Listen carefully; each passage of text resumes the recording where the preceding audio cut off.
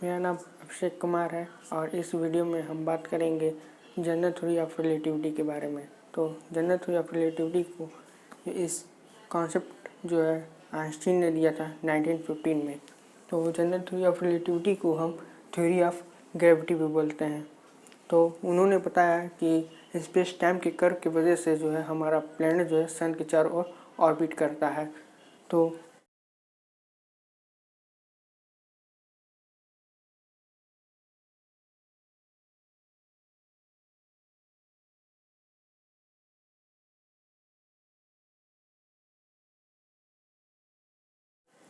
जो space time जो होता है वो एक फैब्रिक टाइप का होता है, जो कि कोई भी मैसिव ऑब्जेक्ट उस पर रखने पर जो क्या हो जाता है वो कर्व हो जाता है उसके मास की वजह से। तो यहाँ पर हम देख सकते हैं अर्थ है, ये सन है और ये एक ब्लैक होल है। इसका मास 1, 2 इसका 3 है। तो यहाँ पर मैंने यहाँ पर लिखा है कि मास 1 जो है कम है, मास 2 ज़्यादा है, मास 3 जो है सबसे ज़्यादा मास है इसका। तो यहाँ पे आप देख सकते हैं कि मास कम है तो ये स्पेस टाइम को कम कर किया है। इसका मास ज़्यादा है उससे, तो ये ज़्यादा स्पेस को जो क्या किया है कर्व कर दिया है इसने। और इसका मास और भी ज़्यादा है तो उसने और भी ज़्यादा इसे कर्व कर दिया है। तो इससे एक कंक्लूजन निकला कि जितना ज़्यादा मास होगा यहाँ पे, जितना ज़्यादा मास होगा उतना ही ज़्यादा क्या करेगा, स्पेस टाइम को कर्व करता है। और जो स्पेस टाइम वो कैसा होता है, वो एक फेवरेट टाइप का होता है। और एक और बात, वो स्पेस टाइम जो है कैसा है, हमारा स्पेस टाइम है फ्लैट स्पेस टाइम है। सो देख सकते हैं कि आइंस्टीन ने इक्वेशन दिया था, तो हम इस इक्वेशन को हम आइंस्टीन फील्ड इक्वेशन भी बोलते हैं। सो यहाँ पर मैं लिख दे रहा हूँ, इसे हम आइंस्टीन फील्ड इक्वेशन भी बोलते हैं। इन दोनों इक्वेशन को ही आइंस्टीन फील्ड इक्वेशन कहा जाता है। तो यहाँ पर बात आई कि उन्होंने आइंस्टीन ने सबसे पहला इक्वेशन जो है ये वाला दिया था, फिर बाद में उन्होंने चेंज करके ये कॉस्मोलॉजिकल कांस्टेंट यहाँ पर ऐड कर दिया। क्यों ऐसा किया, इसकी थोड़ी सी पीछे थोड़ी क्या है, थोड़ी सी कहानी है।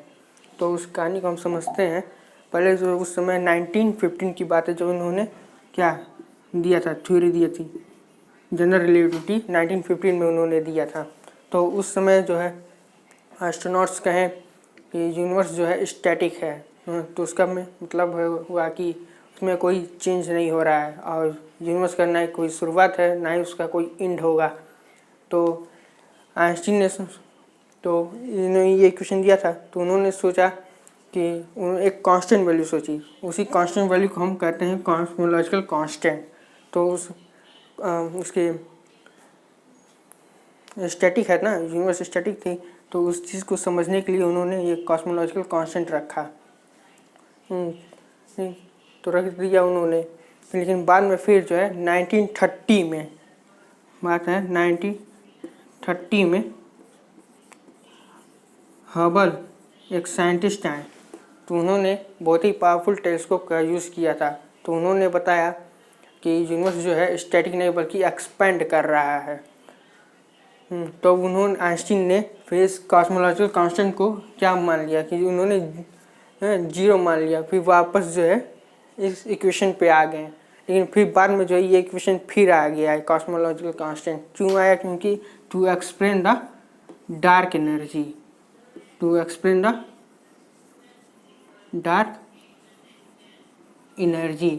अब ये डार्क एनर्जी क्या है, यहाँ पर डार्क एनर्जी जो है यूनिवर्स जो एक्सपेंड हो रहा है, तो एक्सपेंड कैसे हो रहा है, कोई एनर्जी चाहिए, कोई फोर्स होगा, तो उस एनर्जी को हम कहते हैं डार्क एनर्जी। तो ये यूनिवर्स जो एक्सपेंड हो रहा है वो डार्क एनर्जी की वजह से हो रहा है। अगर डार्क एनर्जी नहीं रहेगी तो यूनिवर्स हमारा एक्सपेंड नहीं हो, वो डिस एक्सेलरेट होने लगेगा। तो अब हम बात करेंगे इन्होंने जो हबल ने अपना एक लॉ दिया जिसे हम कहते हैं हबल्स लॉ। तो मैं अब आगे जो हबल्स लॉ बता रहा हूँ, हबल्स लॉ बात करेंगे। तो ये ग्राफ है जो शो कर रहा है कि यूनिवर्स जो है एक्सपेंड कर रहा है, ये डिस्टेंस है और ये वेलोसिटी है।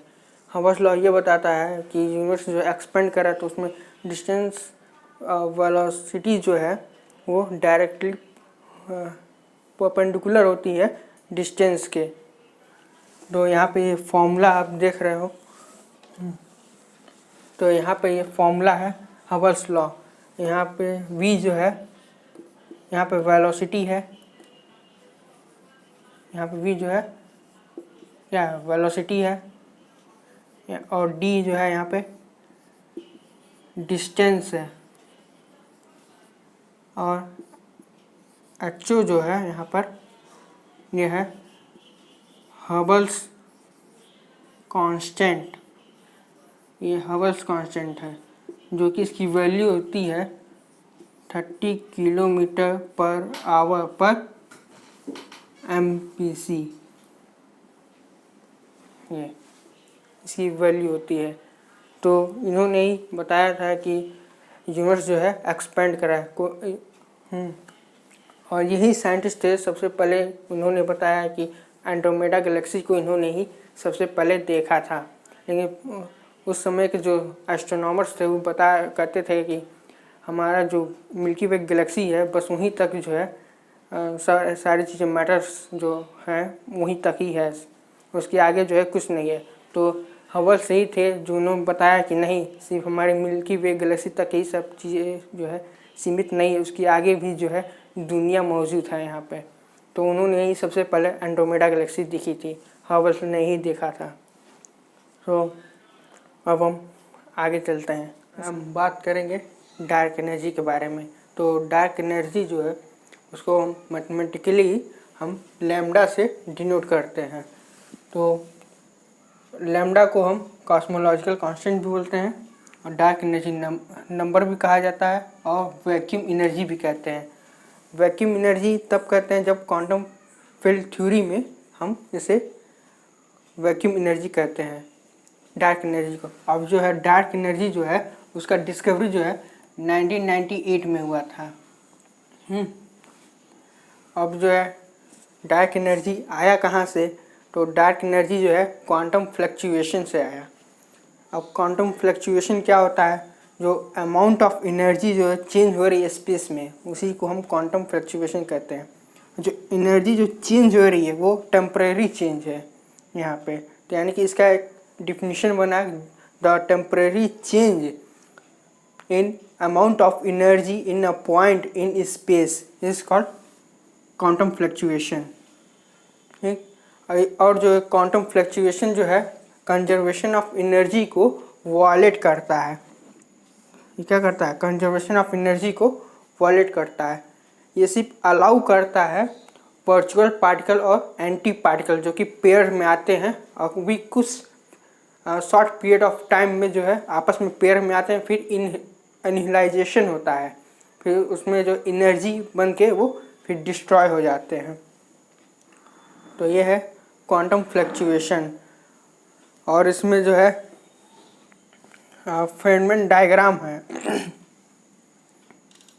हम इसे फेरमैन डायग्राम बोलते हैं। ये जो है इलेक्ट्रॉन है, ये पॉजिट्रॉन है, ये फोटॉन है यहाँ पर, और ये रिप्रेजेंट कर रहा है एंटी क्वार्क्स, ये क्वार्क है।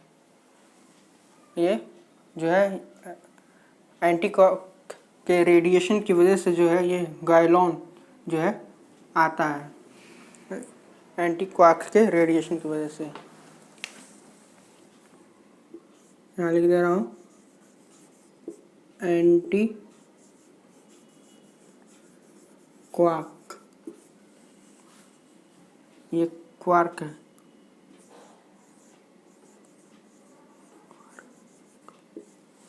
ये इलेक्ट्रॉन है,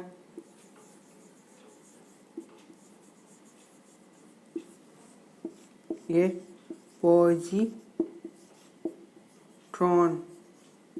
और ये इनहिलाइजेशन हो रहा है यहाँ पर जो हो रहा है ये यहाँ पर इतना दूर क्या हो रहा है, इनहिलाइजेशन हो रहा है। ठीक, अब ये जो है डार्क एनर्जी, ये लैम्डा एक्सपेरिमेंटल जो वैल्यू है लैम्डा की वो है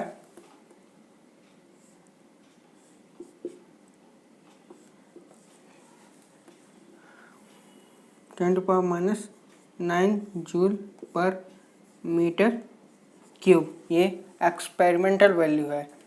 और थ्योरेटिकल वैल्यू जो है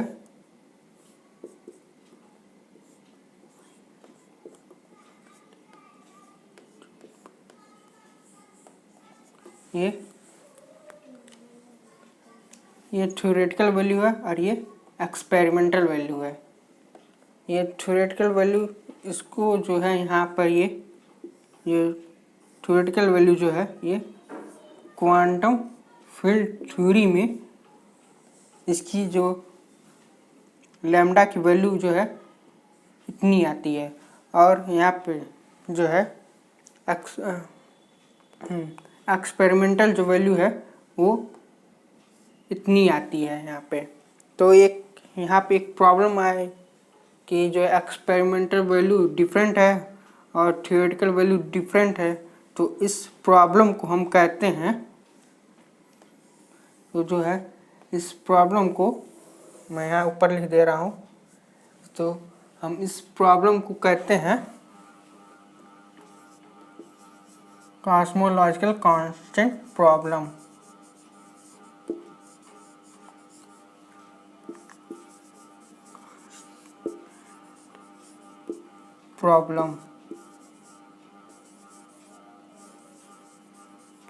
कॉस्मोलॉजिकल कांस्टेंट प्रॉब्लम कहते हैं।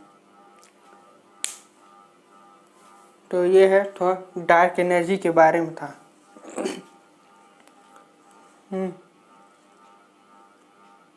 ये फेनमैन डायग्राम मैंने बता दिया।